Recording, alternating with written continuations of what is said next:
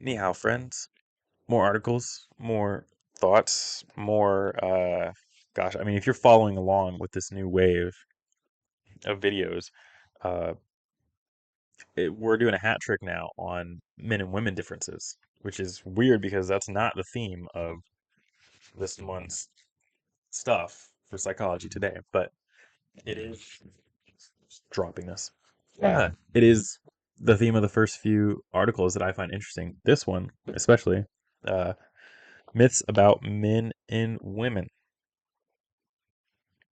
It's talking about them, and it's kind of hidden in the title. It's myths. So whatever each of these four things we're going to talk about are, the assumption is that they're a myth. This is written by Gwendolyn Seedman. I think I pronounced it right. So we're going to hit all four of the alleged myths in here. The first one, quite interesting, right off the bat, is that women are more romantic. That's the myth. So hold on to your seatbelts because men are going to take a W on this one on average. So I'll disclaim uh, subjective terminology here. What's romantic to someone isn't to everyone, but they're going to provide the romantic beliefs scale. So that's what we're working from. That objective metric, which you could say, well, that's not the full objectiveness of. I get it. We're going into it. So it asks people to rate their agreement with certain statements. A couple examples that they give are, quote, there will only be one real love for me. And if I love someone, I know I can make the relationship work despite any obstacles. So, romantic beliefs. And I quote here, men typically outscore women on this scale, and men are more likely than women to believe in the romantic notion of love at first sight. Really interesting.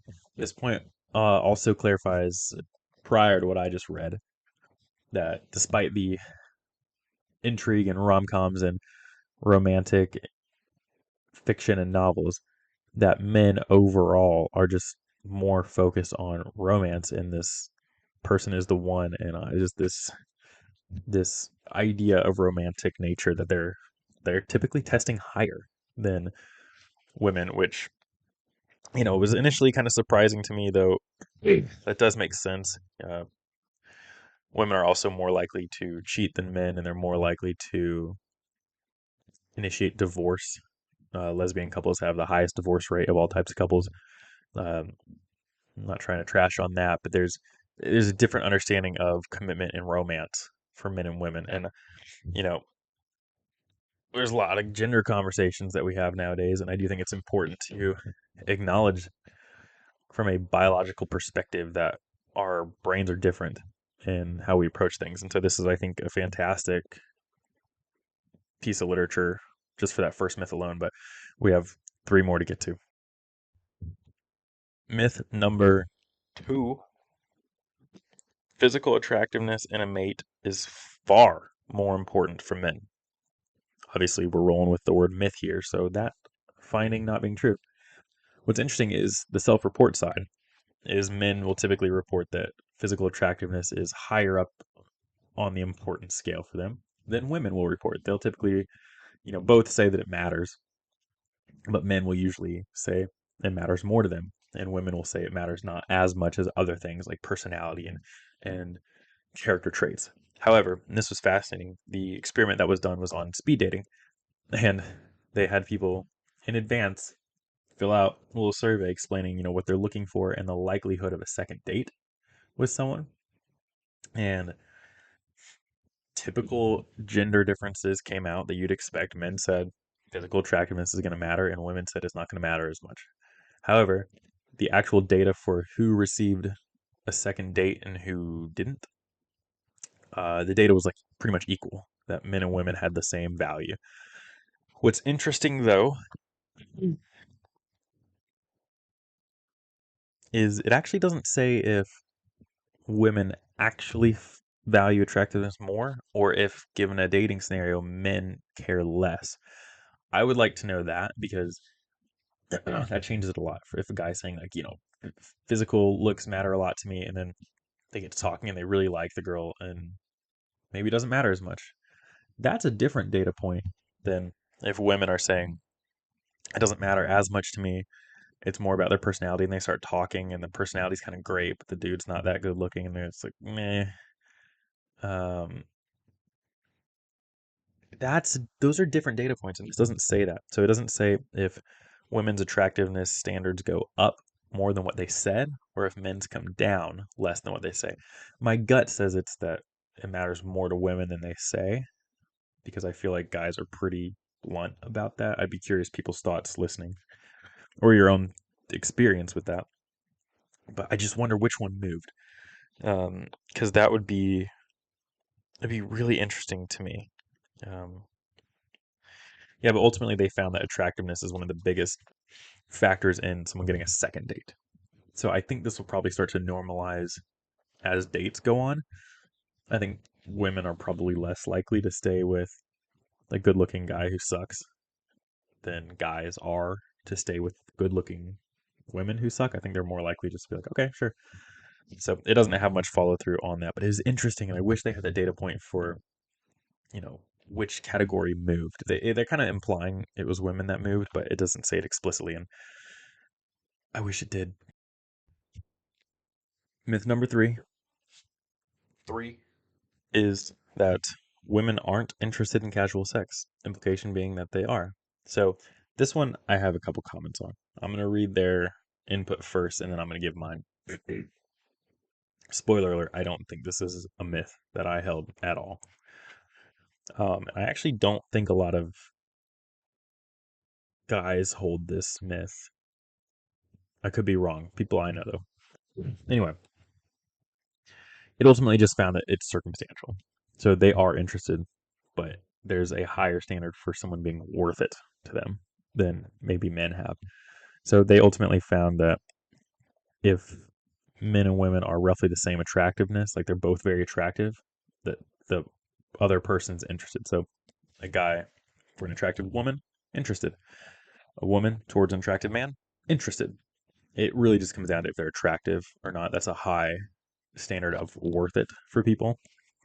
Women maybe have a little bit more circumstantial aspects, but for the most part, it comes down to, again, this is talking casual sex, so hookup culture, more or less. It comes down to attractiveness. Um, I didn't find this surprising at all. I actually think, and this might be an out there thing, but I actually think overall women are more interested and open to this than men are. Um, I know the rumor is like guys can sleep around and they're called a stud, and girls sleep around and they get called worse words.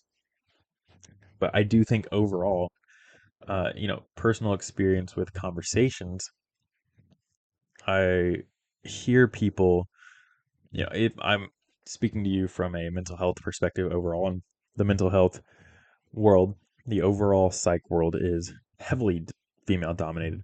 Last data points I could find was about 80% of people in this field are women.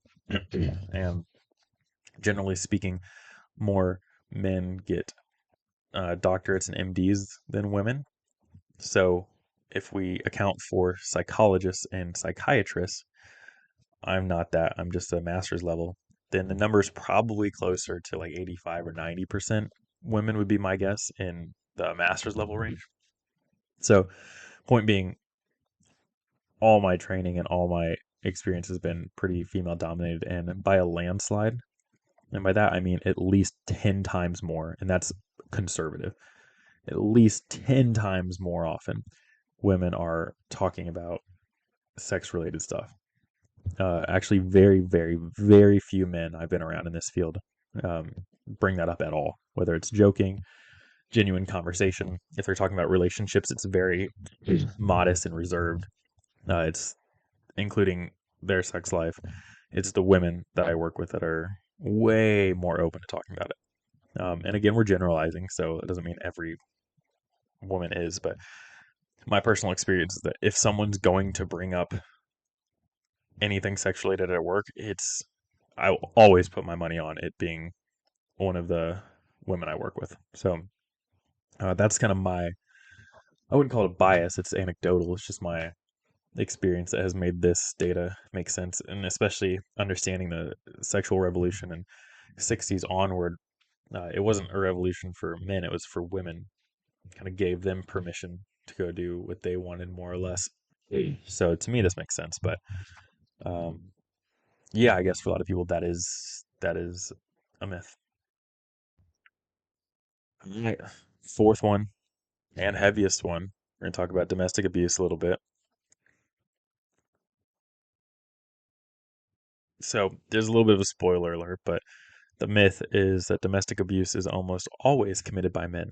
I'm curious, if you're listening, take a second and guess roughly what percentage of cases for domestic abuse are perpetrated by a man. Obviously, a woman would be the other half of that, but you think 50%, 60, 70, 80, 90, 95, 99% of the time it's a guy. Think about what your initial assumption is. The data points come from the UK. So bear in mind, I know not all of you listening are in the UK, some of you are. So you're probably answering also based on your culture. So that's going to skew an answer a little bit, which is okay. But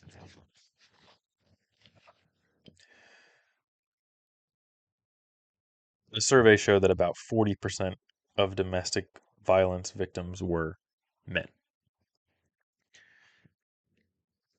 It does not specify the gender of their partner. I will caveat with that. I don't think same-sex male relationships account for that 40% in full. Probably a couple of them. That's fair to say. But then you also have same-sex female relationships, which might counter it the other way too. So I'm guessing it evens out to still being about 40%. With one survey specifically done that showed that 12.1% of women and 11.3% of men reported that they had committed a violence against their partner in the last year. That's only a 0.8% difference in that data point between men and women. Um, and then other studies find that women are pretty much just as likely as men to initiate violent encounters, but the general stigma is that it's mostly men, and this has led to men being far less likely to report it when it happens or to seek help at all. I will come back around, as we talked about in this video, and I think some of the previous ones, especially the one I did before this on what was the topic?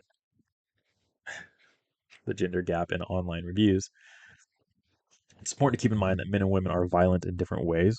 So men are more likely, on average, to throw a punch than a woman is. And women are more likely, on average, to try and slander someone's character than a man is. So it's more likely that a guy's going to punch you, and it's more likely that a woman is going to talk bad about you to other people. And so getting violent kind of means different things. So I don't know if they gave a definition for violence in the survey or if they said, have you committed violence against someone? Because generally speaking, men and women are more or less the same, but on the extremes, it's a little bit different. Um, so the interpretation of that extreme might be a lower threshold.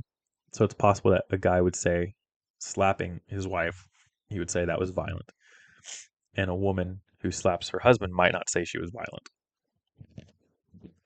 That could feel, we could have a different opinion of that in the same way that a guy who, texts all his wife's friends and says something nasty um, or does something inappropriate to them about his wife might not consider that violence.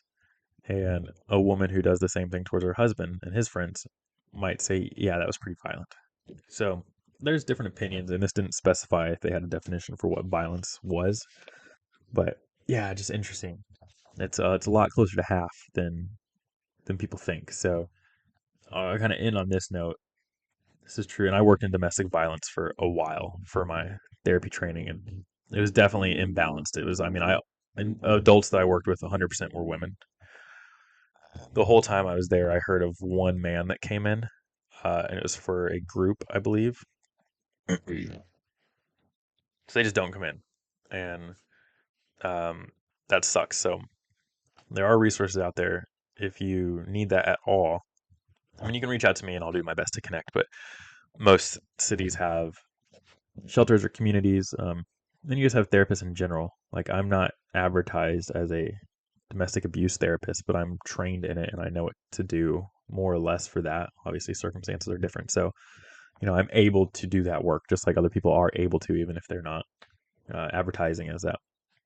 So reach out, especially if you're a man and you feel like it's not allowed.